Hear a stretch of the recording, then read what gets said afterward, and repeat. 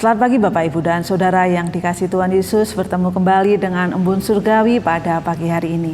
Mari kita akan merenungkan firman Tuhan yang diambil dari kitab Matius pasal yang kedua, ayat yang ke-1 dan kedua, dan saya akan membantu membacakan. Sesudah Yesus dilahirkan di Betlehem tanah Yudea pada zaman Raja Herodes, datanglah orang-orang Majus dari timur ke Yerusalem dan bertanya-tanya, di manakah dia, Raja Yahudi yang baru dilahirkan itu? Kami telah melihat bintangnya di timur dan kami datang untuk menyembah dia. Orang Majus datang ingin menyembah dia, sang Raja yang baru dilahirkan.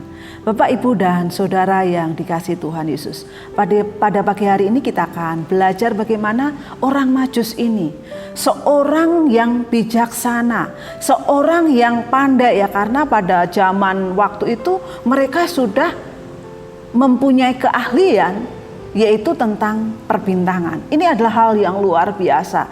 Dan ketika mereka melihat bintang itu, mereka pergi ya dari timur ke Yerusalem. Ini bukan pekerjaan yang mudah, karena dari timur ke Yerusalem itu sangat jauh. Ada orang yang mengatakan sekarang adalah timur itu Iran, ada yang mengatakan timur itu Persia ya, tetapi yang pasti pada waktu itu belum ada pesawat. Satu-satunya jalan untuk sampai ke Yerusalem adalah jalan kaki atau naik unta. Luar biasa sekali. Orang Majus ini dengan tekun, orang Majus ini dengan apa? Setia. Bahkan orang Majus ini dengan gigih melakukan perjalanan yang tidak mudah ini. Kenapa? Ya, karena mungkin ada bahaya yang mengancam mereka. Secara mereka membawa benda-benda yang sangat berharga, emas, kemenyan, dan mur. Ini adalah barang-barang yang sangat berharga pada waktu itu. Tetapi mereka tetap pergi. Ya, Bapak Ibu yang dikasihi Tuhan. Mereka berjalan melewati padang gurun. Mereka berjalan beberapa lama. Dan mereka melakukan dengan gigih.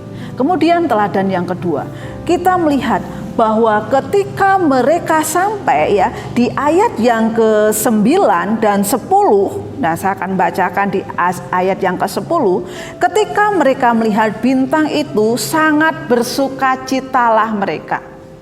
Bapak Ibu, perjalanan yang jauh itu tidak membuat mereka capek dan lelah. Tetapi perjalanan yang jauh itu justru menghasilkan sukacita ketika apa? Mereka bertemu dengan Tuhan Yesus. Dengan bintang yang membawa mereka.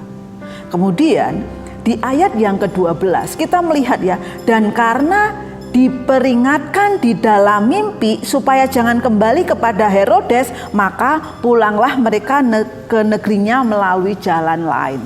Kalau yang pertama, dia adalah orang yang sangat gigih, kemudian orang yang mau bersukacita, dan apa? Dia juga memberikan persembahannya, emas, kemenyan, dan mur ya.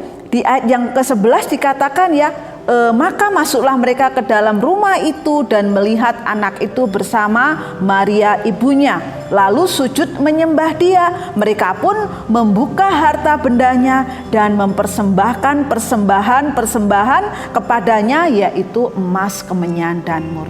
Bapak, Ibu, dan Saudara yang dikasihi Tuhan, ini wujud penyembahannya. Ketika orang Majus tadi bersujud kepada dia, kemudian memberikan emas, kemenyan, dan mur, dan apa? Mereka juga menjadi orang-orang yang taat.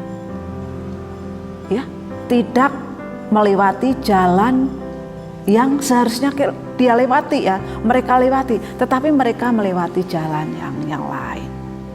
Bapak, Ibu, dan Saudara yang dikasihi Tuhan, luar biasa sekali orang-orang Majus ini. Ketika mereka ingin memberikan persembahan yang terbaik buat dia, sang Raja yang baru dilahirkan. Pada pagi hari ini, apa persembahan kita untuk menyambut kelahiran sang Raja sebagai wujud dari penyembahan kita?